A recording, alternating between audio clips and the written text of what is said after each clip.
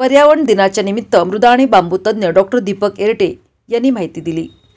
बियाण्याच्या बांबू लागवडीतून सांगली जिल्ह्यामध्ये दररोज 25 टन ऑक्सिजनची निर्मिती होत आहे आणि पश्चिम महाराष्ट्रातून दररोज 50% निर्मिती वातावरणात होत आहे। पर्यावरण चांगले झाले आहे। कोरोनाच्या टाळेबंदीपासून डॉक्टर दीपक एरटे आणि शेतकऱ्यांनी बांबू लागवडीची मोहीम सुरू केली।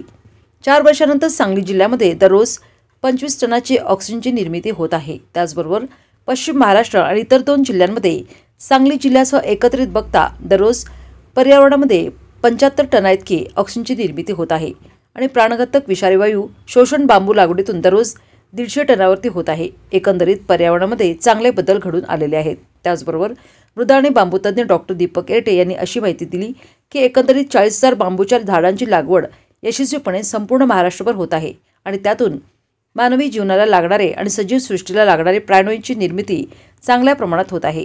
झाडांची वाढ होऊन शेतकऱ्यांना चांगल्या उत्पन्नाचे स्रोत मिळत आहे। बांबू लागवड क्षारपड, पडीक, खडकाळ, माळरान त्याचबरोबर मध्यम प्रकारच्या जमिनीमध्ये ज्या ठिकाणी बाकीचे कुठले उत्पन्न शेतकऱ्यांना मिळत नव्हते त्या ठिकाणी बांबूच्या उत्पन्नाला सुरुवात झालेली आहे। सर्व बांबू लागवड ही बियाण्यापासून बांबूची रोपे तयार करून लावण्यात आलेली होती आणि आज 4 वर्ष पूर्ण झाले आहेत। सुरुवातीला लागण केलेल्या शेतकऱ्यांना पहिल्या 2 शेतकऱ्यांना बांबूची तोड होऊन चांगले उत्पन्न मिळालेले आहे आणि बाकीच्या बांबूची तोड येत्या दिवाळीपर्यंत करण्यात येणार आहे। जवळजवळ 40,000च्या वर हे झाड सर्व जगलेले आहेत। कुठल्याही रोगाला बळी न पडता हे सर्ववरील बांबूची लागवड उत्कृष्ट प्रमाणे झालेली आहे। तरी सर्व शेतकऱ्यांनी याचा लाभ घ्यावा असे आवाहन मृदा आणि बांबू तज्ज्ञ डॉक्टर दीपक एरटे यांनी केले आहे। आज जागतिक पर्यावरण दिनाच्या तुम्हा सर्व लोकांना शेतकऱ्यांना हार्दिक शुभेच्छा। सांगण्यास आनंद वाटतो की आजच्या दिवशी खूप आनंदाची गोष्ट आहे की आम्ही गेल्या 4-5 वर्षापासून लॉकडाऊनच्या काळापासून कोरोना टाळेबंदीपासून जवळजवळ सांगलीतून ही चळवळ सुरू केली बांबू लागवडीची आणि आज बघता पूर्ण अर्ध्या महाराष्ट्रभर पश्चिम महाराष्ट्रासहित आणि 2 जिल्ह्यांमध्ये आम्ही जवळजवळ 40,000 बांबू झाडांची लागवड केली।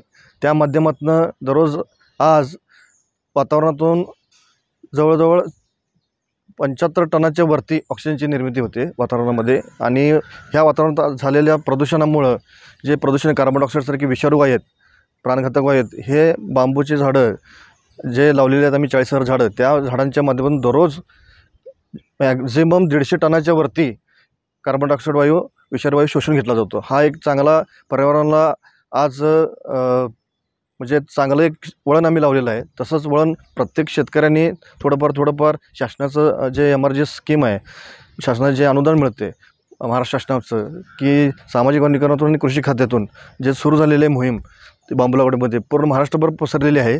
तर ह्या योजनेचा सर्व शेतकऱ्यांनी लाभ घ्यावा हीच विनंती।